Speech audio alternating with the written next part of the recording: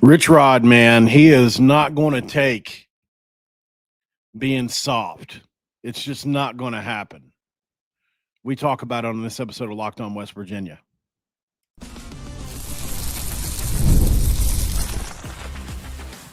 You are Locked On West Virginia, your daily podcast on the West Virginia Mountaineers, part of the Locked On Podcast Network, your team every day.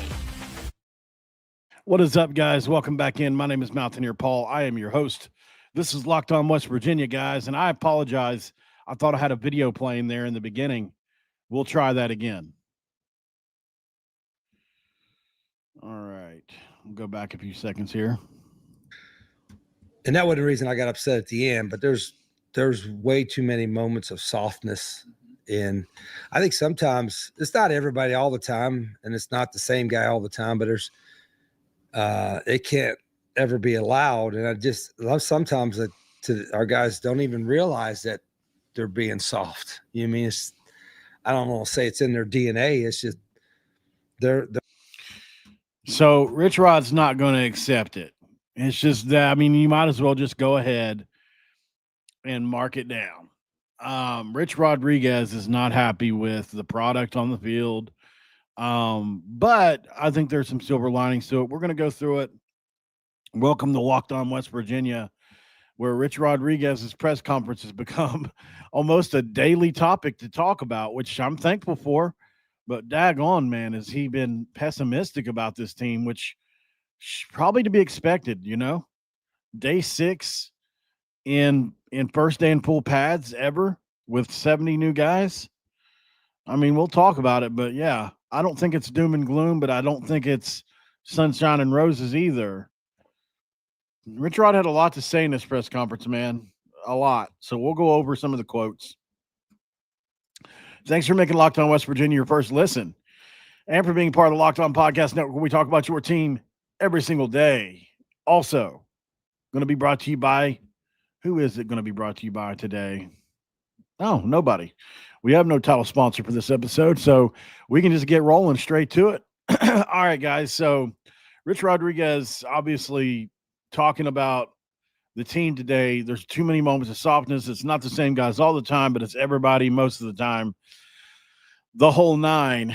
And I think, you know, this is the 6th day of fall camp. It's the first day the team practiced in pads and went live for about 20, 25 minutes. And I think he's expressing a mixture of frustration, cautious optimism, right? He mentioned that in this press conference. But mostly he's been highlighting some concerns about physicality, team depth, team culture. And really, I think he still likes his team's potential. It's just hard to figure. It's hard to see in between the lines here. The key theme on this one was the lack of toughness or softness, if you will. Depth issues, transfer portal activity, which is something we're going to talk about, and comparisons to past teams and camps under his leadership. So, as we said, this was the first padded practice in the history of this new era, right? So you only get so many firsts. This is a first, right? This is the first full padded go practice in the new Rich Rod era. 20 to 25 minutes of live action with live tackling. Quarterbacks not yet live, which we thought we were going to see.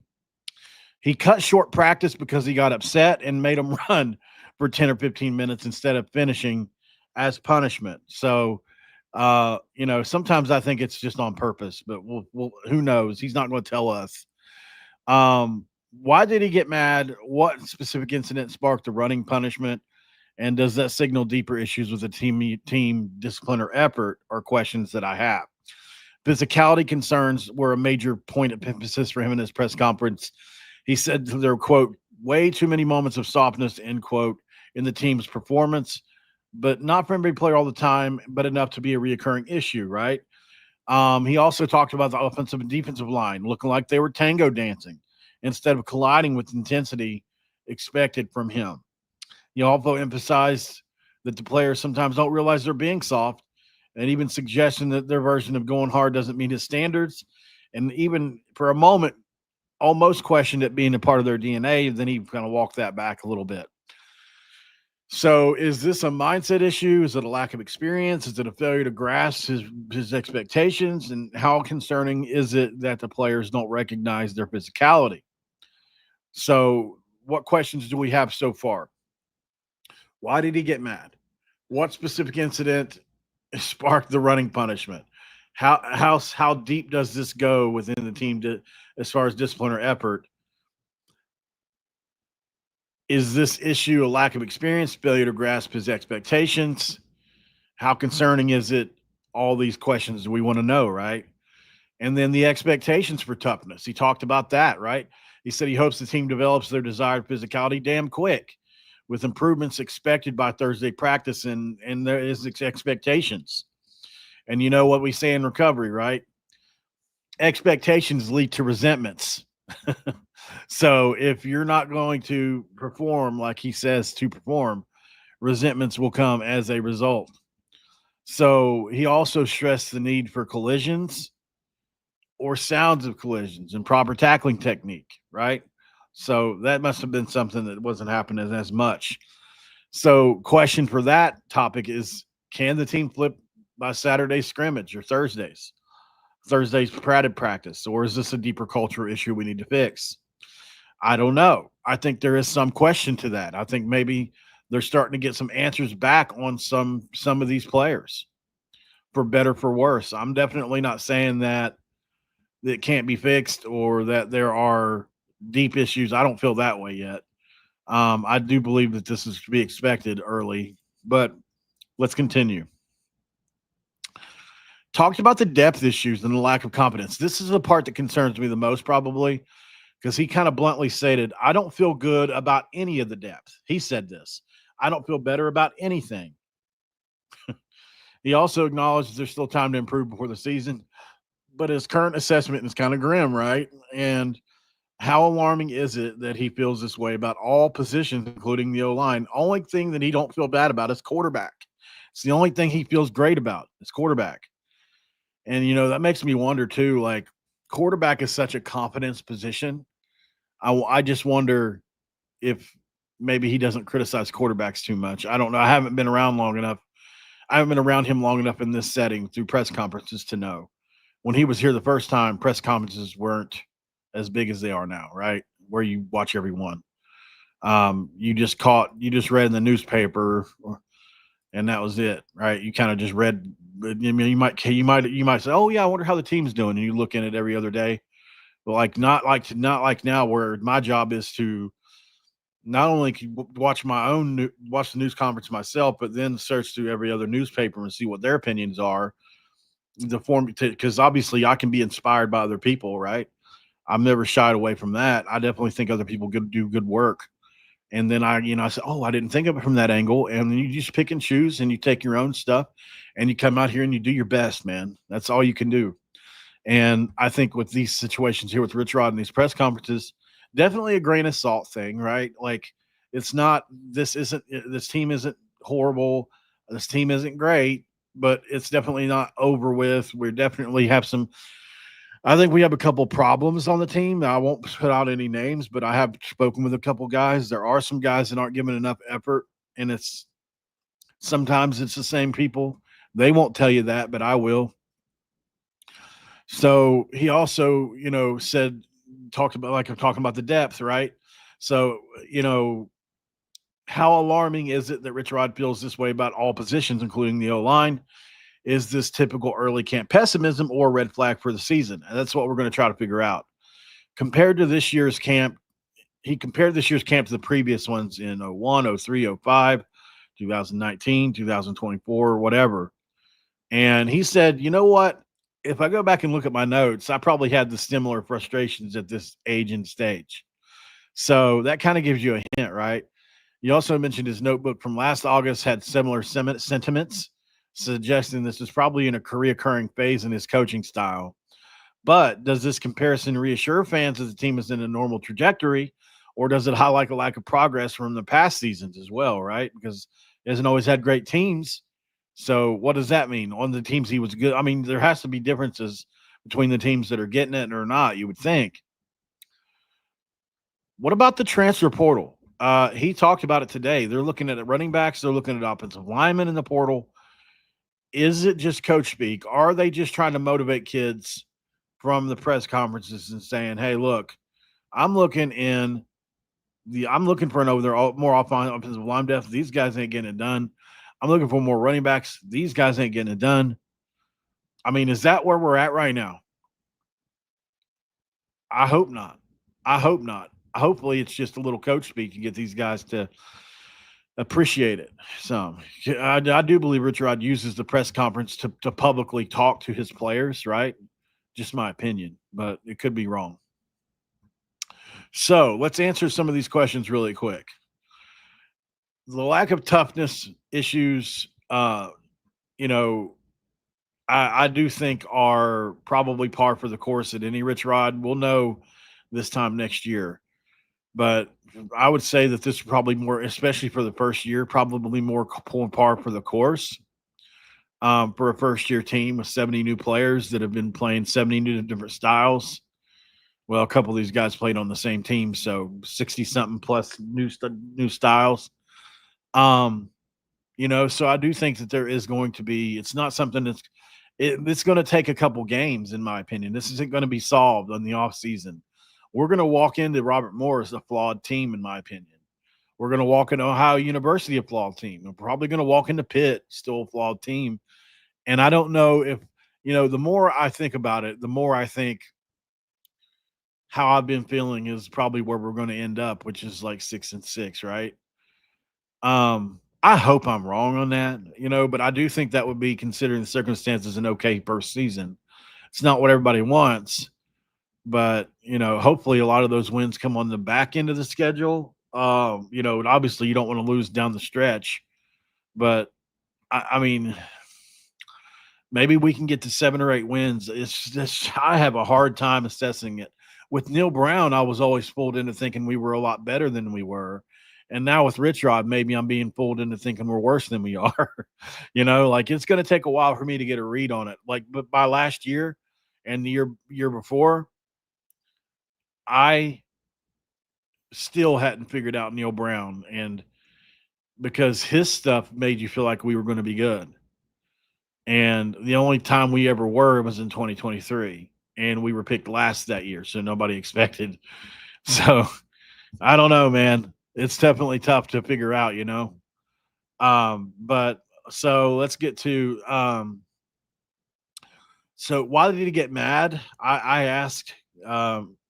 Nobody wanted to talk about it, so I don't know what that means exactly. Maybe it's hard to say. It really is. It could be any number of things. Maybe they went off sides for even. You know what I mean? But nobody's no. I got 2 no comments from that, so nobody said. So I don't know what incident sparked the running punishment, but does it signal issues with discipline or effort? No, I don't think it does. I think this is just par for the course, just like we said all along.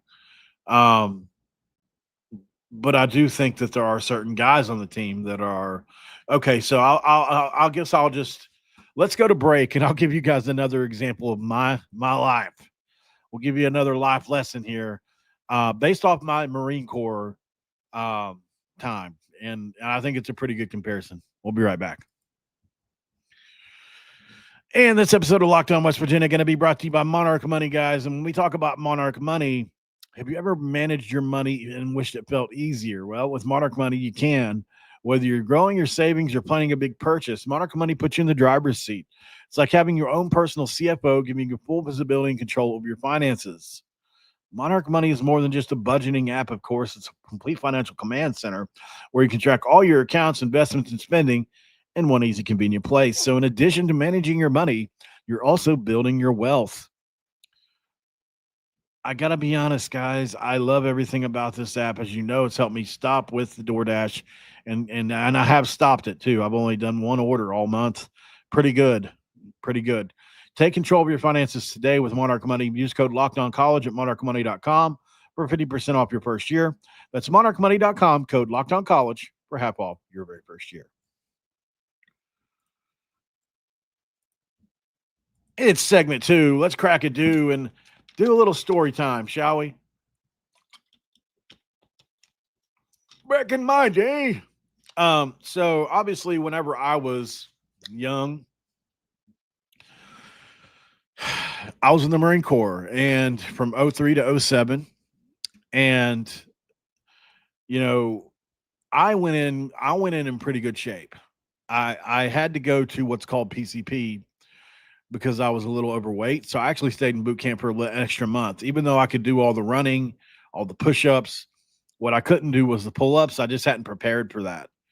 And you have to be able to do 3 lockout pull-ups. You got to stay locked out, fully locked out elbows. Not, you can't just hang like this. You got to be fully locked out and count to 1,000. Then you got to pull 1,000. You got to pull 1,000. You got to pull. Try to do 3 like that. It is way harder than doing 10 like this, without locking your elbows out. And I just wasn't prepared. So I did have to stay an extra month, but that's off the side note. So once I got into a regular, platoon, which was platoon 2021, which kind of sounds funny now that we're in the 2020s. So there was a guy named Pearson, and I mean, he was a bag of bones. I mean, he couldn't have weighed 115 pounds, if that, he was just a very weak person, like as far as physically. I mean, he really tried, but he just wasn't. I mean, he got us killed every single day. He did. It was his fault. And unfortunately, I guess I can talk about it now, but he got the whole blanket party treatment, which you think is like some kind of fantasy you hear about. It's actually real. They don't do it like they do in the movie Full Metal Jacket. Like in our situation, I didn't participate. I knew it was happening. I mean, how are you supposed to stop 30 guys? But they all kicked him and punched him in the bathroom, and it's just a bad situation. But I mean, he would just be like, "Aye, sir, aye, sir." He'd always have his head down instead of "Aye, sir," with just all his heart. But I mean, he was always getting us killed, man. And I feel like in the West Virginia situation, they've got a couple guys like Pearson who maybe just kind of get them killed a little bit more. And I think it probably builds up. Yeah. And you know what? Thank him for his service. I haven't checked on him since those days in boot camp. I would be very eager to know where he's at now, as a lot of those guys. I told you guys about my friend Oscar Martinez, who passed away at the age of 19, fighting for this country. And I still honor him every time that I can. But yeah, Pearson definitely served this country. I'm assuming he eventually made it through boot camp. It just probably took him longer than most people. Some people don't even work out before they go. It's a rude awakening, man. Rude awakening. 16, 17-hour days. Sometimes it's a brutal. It's the hardest boot camp in the world outside of SEALs, right? Or any kind of like special forces training. It's the hardest boot camp in the world outside of that. Now I can't speak to what some backwater, Asian country or Middle Eastern country does. Maybe they do something crazier, but as far as the United States for sure, and most other countries, the Marine Corps, God dang, dude, especially when I was in, and I couldn't even imagine the 90s or 80s, but like I was there in the very beginning of the 2000s. And I mean, I told you guys before, I got my nose broke with the buttstock of a rifle. I got punched in the stomach. I got literally grabbed and rammed into walls and thrown into beds, and gained detergent poured on my socks, and got chemical burns on my feet because of it. I couldn't even walk. I was on bed rest for 2 weeks because of something a drill instructor did to me, pouring Gain detergent all over all my stuff and making me wear it, basically. And then your sweat mixes with it and caused some kind of chemical reaction on my feet because you had those wool socks on. Anyways, I'm getting way off track here. So, I think Rich Rodriguez's boot camp is similar to that in a way, right? You've got just a lot of brutality, physicality going on. Some guys embrace it. Some guys are like Pearson, and take a lot longer to adjust. I just was ready for it. My dad was somebody, as you guys know, if you watch this show very long, I got yelled at on a daily basis growing up. So getting yelled at didn't bother me. The only thing that really bothered me was when they spit in my face. Like I would have, and I don't mean to be graphic, but I had a drill instructor, and I'll say his name. His name is Drill Instructor Staff Sergeant Norman, was what his name was. He was probably 6'4", 6'5", 6-pack, but he smoked cigarettes.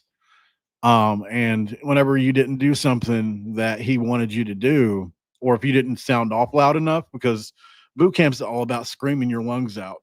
And I had just had my wisdom teeth pulled. And so they like to mess with people, after they have their teeth pulled. And I had a wisdom, I was trying to let that thing clot, and whenever somebody didn't sound off like he wanted them to, he would let this spit accumulate on his tongue, and then he would go, say something, and he would go, say something like that, so it would just spray your car wash bad. And I mean, he would do it on purpose every single time. Say something, fat boy. Like that's what he would say to me. And unfortunately, one time I went, "I, sir," and right back at him, and that was a bad mistake, man. He went, "All right, Raquel," because that's what they called me. And I said, my last name is Rockel, but they called me Raquel. Oh gosh, what a crazy time. But anyways, so for Rich Rod, I guess I don't know how I even segue, but Rich Rod, man, is expecting these guys to live up to a certain expectation. And obviously they're not matching it yet, but I don't think it's the end of the world. I just think that there are a couple guys that aren't pulling their weight 100%. Hopefully they can get there. Now, what Rich Rod has now that they didn't have in the past is what?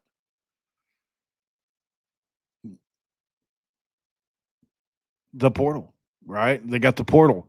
And I think you can leverage it against guys to either get them to play harder, or maybe you actually do replace a couple guys if they're on the lower end of your depth chart with some guys that are similarly talented. Maybe they've got character issues. Maybe they have eligibility issues. I don't know, but I think there are definitely questions. And Rich Rod talked about going to the portal today. He's not shy about it, for better, for worse. Let's go to break. We'll come back. Sorry about all the Marines talk. And we'll talk about my grades. I thought I had that switched over, but my positional groups for week 1, what's that going to look like? I got an answer for you next. And this episode of Locked On West Virginia is going to be brought to you by 5 Hour Energy, baby. We talk about 5 Hour Energy because they do it so big, man. And when we're talking about what they do, they turn it up to 1,000. If you want to fuel up and turn it up with 5 Hour Energy, that's a transfusion. It brings the bold grape, ginger, and lime flavor of your favorite golf drink, minus the old alcohol, into a quick, energizing shot. Whether you're sinking birdies or just making memories with friends, this is a hole-in-one for your energy game. Let's be honest, some days on the course or off it, you just need that extra boost to stay sharp and energized. I'm curious to know what's the wildest shot you've made. Let me know in the comments. Golf is all about good times with good people, and of course, good flavors too, of course. The grape ginger lime flavor gives you the best parts of your clubhouse go-to without chasing down the bev cart. If you go to 5hourenergy.com, that's the number 5, hourenergy.com, you can use my promo code LOCKEDONGOLF for 20% off your first order. This offer is only valid until September 30th on one order and cannot be used in other promotions. And it's also not going to be good on subscription orders. Don't do it now. Do it yesterday. All right, guys, we are back here in Locked On West Virginia. Segment 3. Thank you, John. I'm glad you like the stories. Sometimes I have to catch myself, right? Like sometimes I think I should just do a whole other channel dedicated to, because I got so many stories that are 100% true. Like not even 1% of these stories are embellished. Don't have to. You don't have to embellish them when you put yourself in the spots I put myself in. One time I got into a fight over Tavon Austin versus DeAnthony Thomas. You know, like this is back when both were being really good, right? Because they played around the same time. He was at Oregon. He was way more nationally noticed than Tavon was at first, especially the first couple years. I think this was after Tavon's sophomore year, like 2010 or 11, when he was still really good, but not quite D'Anthony Thomas famous yet. And also, I think D'Anthony Thomas had the Snoop Dogg backing and all that, so he had a lot more celebrity oomph. But you know, obviously, I got into a fist fight with a guy over it. Locked up. Obviously, not proud of that. And I know you guys tell me all the time. I don't need to preface it or say that, but it's not. I don't ever want to come off like I'm embellishing being locked up or being in prison or any of that. I'm not, and I won't, and I will never ever make that seem like it's cool. But it's a funny story about me personally. Like I was so riled up over Tavon Austin. Like I didn't realize that any kind of aggression from I got to be careful with my words here. So whenever you go to prison, I was a minority when I got there. You know, like I didn't realize that was going to be the case. So voicing my concern to people, anybody, name it, you know, so there were some Hispanics, there were some others. Like it didn't really matter if they were outside your race in prison, things are just looked at differently in there. And I was so naive. I had no clue, you know. And so unfortunately I started arguing with the wrong people. That I just don't share those viewpoints. Like I like to be friends with everybody, you know? So unfortunately that got me in bad trouble because I was arguing with somebody I didn't even know was like a gang member or something over Tavon Austin.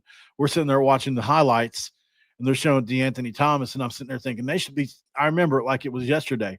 I'm thinking they should be showing Tavon Austin. I'm telling everybody, like, man, Tavon Austin's better than that guy.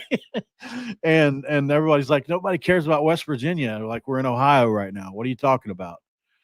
So, anyways, like I said, I'm not at all advocating for those viewpoints as far as um how prison is.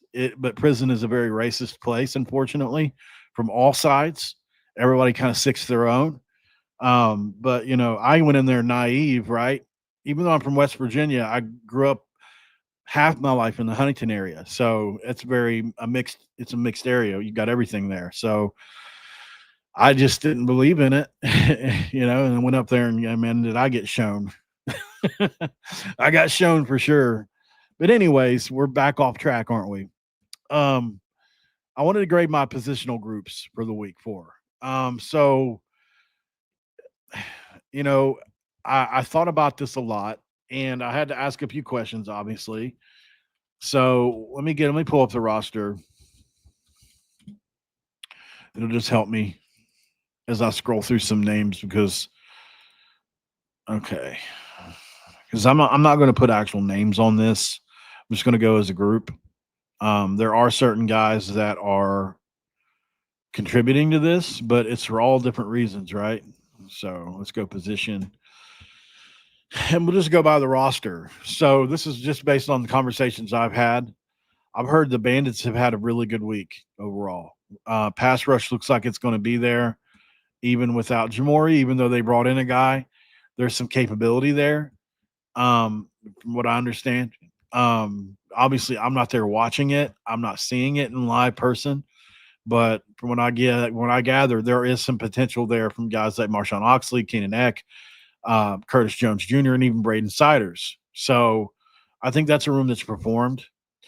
The corners have performed well. I've been, you know, I don't have specific names, but the thing that I was told was, man, there's a lot of talent in that room, and there's a lot of people that are high on some guys in that room, and the secondary as a whole. So I'll give the Bandits a B. I'll give the corners also a B. I think they're right there. Defensive line is probably also right around a B minus or a C plus. You know, I have to weigh Coach Rodriguez's sentiments, and he would probably rate them lower than me, right? But so obviously, if you're asking me, it's probably going to be a bit higher than what Rich Rod would do. But I'm not going to grade anybody bad. Not right now. We don't have enough information. But I'm told guys like Corey McIntyre and people like that have really kind of shown that they've maybe taken a step. So that's good. I heard because I did hear his name, obviously. So probably a B for them. The offensive line, unfortunately, I'm going to give that a C. I was told that they um, had good moments throughout this past week, but definitely have lost to the defensive line more than probably some may think they would. And that just simply has a lot to do with them gelling, right? They've not played together much. Our defensive line has been together. So for the most part, we got multiple guys that have played together on that defensive front. If they weren't winning the battle early, I would be number one, I would have high expectations for our O line, but I'd also be disappointed in our D line. So our D line is definitely should be winning that battle and is, from what I understand. Kickers are I haven't really got anything out of that. I haven't asked. I don't have a grade for you. Um, I don't want to sit here and lie about it. So I haven't asked about kickers, y'all. I have no clue. um,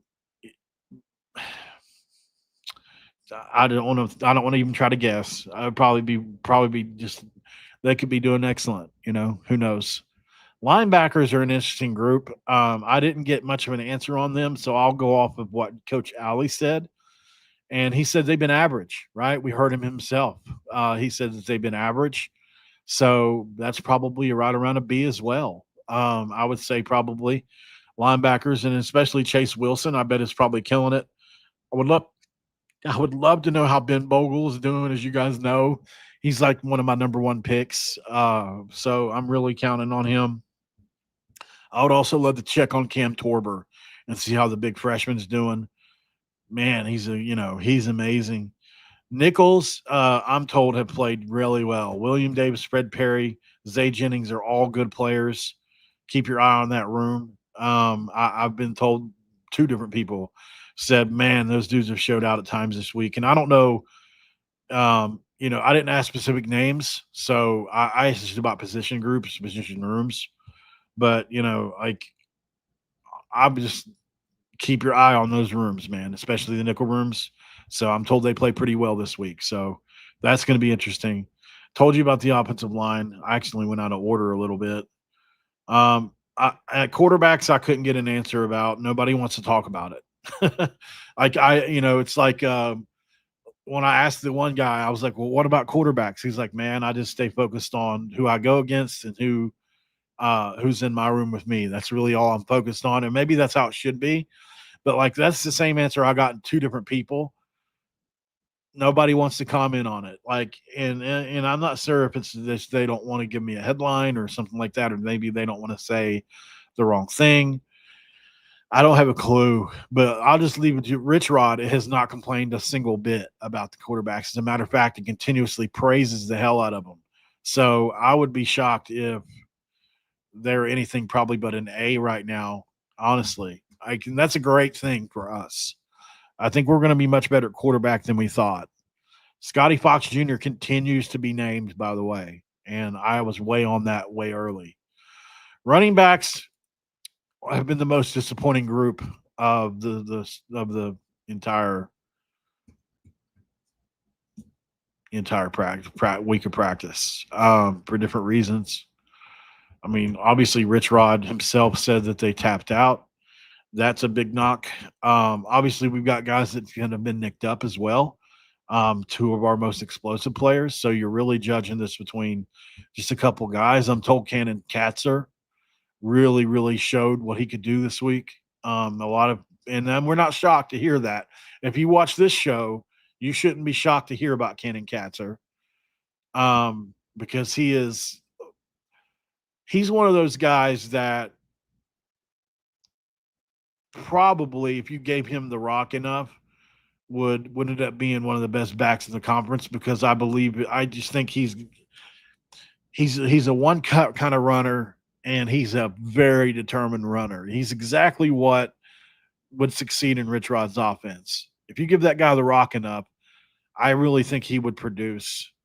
Is he as talented as Jaheim White or Sincere or even Jalen Knight? Not necessarily from a all the different stuff they can do.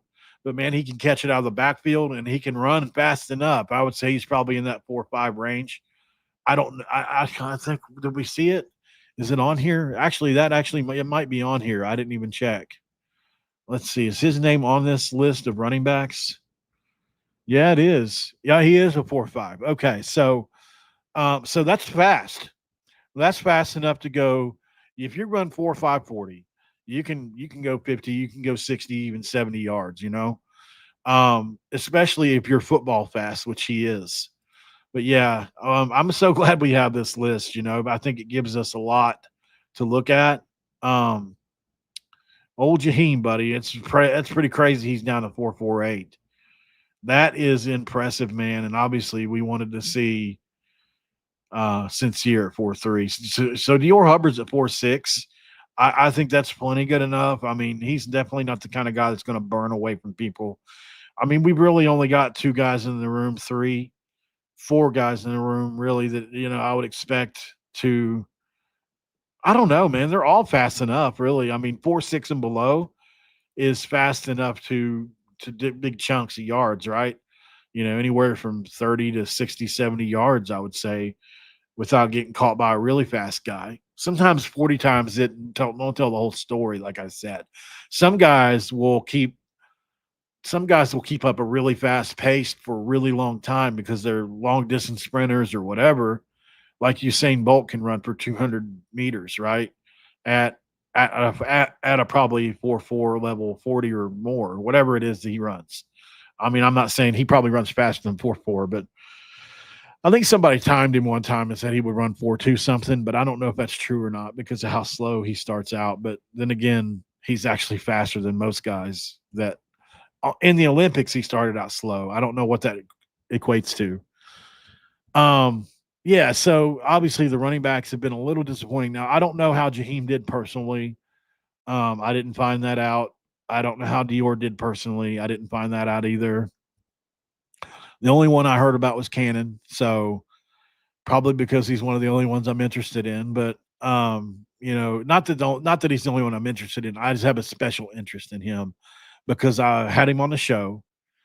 Sung his praises a lot, and I feel like he deserves it. He really does. He's earned it. I'm so happy for him in this spot. I think there's a great shot that he ends up being just an excellent player, wherever that is. Cannon Catcher deserves all the praise he gets, man. Oops, I forgot to take the 3 out of there. So if you haven't checked out Cannon Catcher yet, definitely do so, man. He is something else.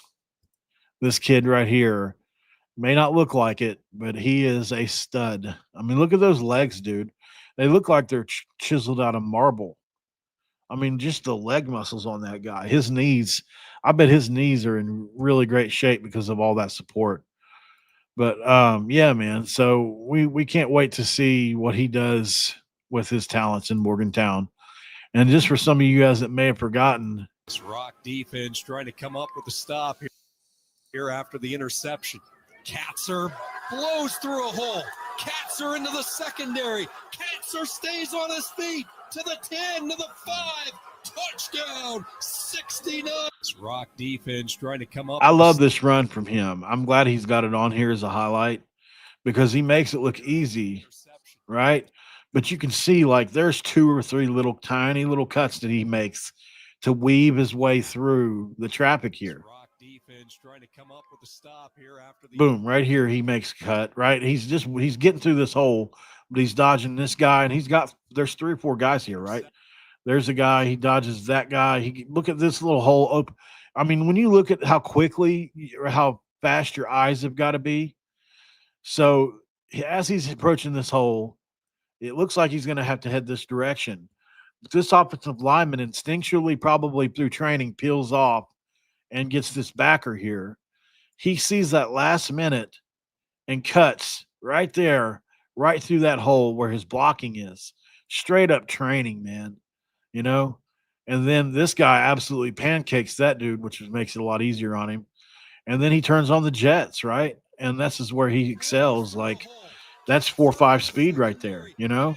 Like, it's definitely tough to corral 4.5 speed, especially when it's compact, when a guy can run like he can run. You know, like, there's so much about Katzer that people don't get. I mean, you know, like, look at the footwork here, right? Look at the quickness. I didn't even know this was posted. But I mean, you see all the different things he does pretty well. He's got great, pretty good hand-eye feet coordination, the whole thing. So I'm excited to see what he can do in Morgantown, guys. And I wouldn't be mad if I don't want anybody to be injured, but I wouldn't be mad if he ends up ascending the depth chart, you know, to the top 3 or 4. I wouldn't mind seeing him get his chances. I just have a feeling in my gut, deep down in my gut, I really, truly do. I think he could be a star for us, and he would be so loved. He's one of those players, man. He, you know, this big smile. You know, we had him on the show. He was amazing. I could just, you know, I could just think he would be such a loved person in Morgantown, you know? So rooting for Cannon like nobody's beeswax, man. I just think he's a guy. Actually, here's a quote from when he was at Washington State. How cool, at least for you as a coach, was that all that for Cannon? He gets the 6 carries and then punches in at the end. No, he's been through a lot on and off the field. Just for you as a coach, how special is that moment? For Cats, it's special. Something hopefully you'll never forget, because when guys work that hard and they sacrifice themselves for the betterment of the team. But I've seen it, right? He used to terrorize us on scout team, and I'd call him cutback Cats, and we couldn't control him. And every scrimmage, he pours his heart in there. So to get that opportunity and carry the ball like that is inspiring, not just for me, but for that locker room full of guys that are just so happy for him and what he accomplished. Oh, I didn't realize there was something at the end of this. Is this the Washington State footage? They're just so happy for him and what he accomplished. This isn't Washington State, is it? No. That's a heck of a run, though. Definitely a great run. Here he is. He's a good receiver out of the backfield. He does a lot of good things. You know, I don't know if you can say he's elite at any one thing. I hate to even say that because it sounds like I'm dogging him a little, but I'm really not. You know, I just think that he's very good at a lot of things. You know, I think that's ironically, do you see this? This is against Colorado State. You know, so, but you can't tell me he wouldn't be good as a running back today in our offense. I really believe he would be. I just, I don't know if, obviously there's Jaheim and there's Jalen. There's so many guys that are there that could be in front of him. And just, yes, it's a fun. This is him at Washington State as well. I haven't seen this before. You know, running and bobbing and weaving through traffic at Washington State, running by guys. Heck yeah, man. You go, Cannon Cats. You know, you don't think that's enough? Look at the kid go. I mean, he crushing dudes in the spring game. Look at this. Oh, man, what a nasty cut. See, that's what I mean. Like, I haven't seen enough of his game to really say. I mean, this is a nasty little cut right here. I'm not here, but the next one, I think. Right there. Well, nasty little cut. I mean, it's nothing crazy, but pretty good little cut there. Boom. Just one, I mean, and it's got old dude reaching, don't it? Right there. Where'd you go?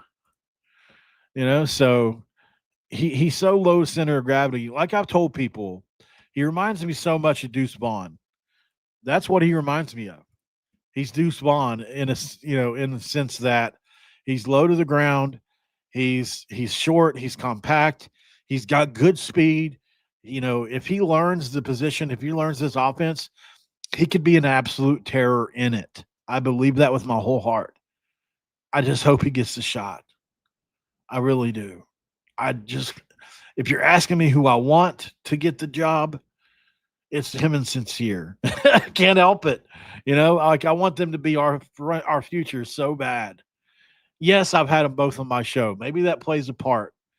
But I identified them before they ever came on my show as people I liked.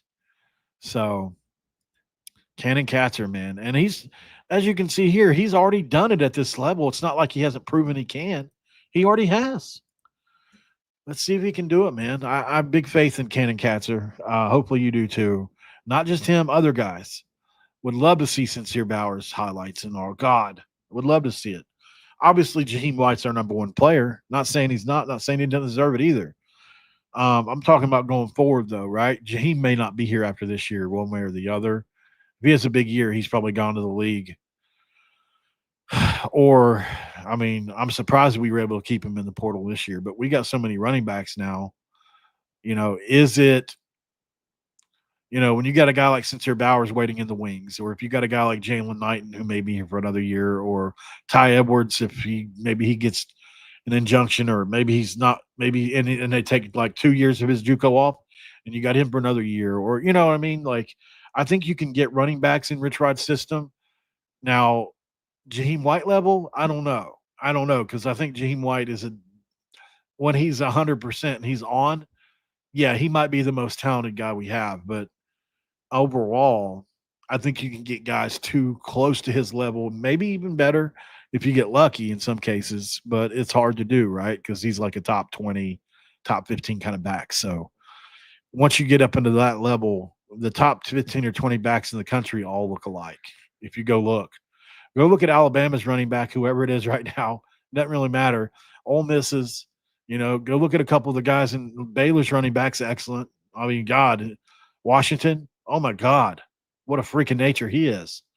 Like we got a lot of great backs in this conference, or as Coach Huggins would say, in this league. Oh, we play in a good league. All right, guys, let's jump off of here. I appreciate you all so much for everything. I've had a little bit of a rough week just arguing with people. I know I'm not good at it. I know I suck at it. I try to do the best thing, but sometimes my mouth won't stop running. So I need somebody to just take over the mouse, take over my keyboard whenever I start doing it. Thank you. John. I'm glad you like my prison stories. I'm definitely not trying to embellish them, but they did happen. So we'll talk. Maybe I will start a story time or something like that one day. Who knows? All right, guys, I'm going to jump off of here. We'll talk to you later. But until then, make sure you like, subscribe, share the whole nine. Also, Locked On Portal. Can't find anything better than that. He is crushing it audio-wise, especially right now. Make sure you check him out over at Locked On Portal. Brian Smith, he's got the latest on any kind of portal entry or rumors you can talk about. And I'll see you guys in the next one. We're out of here.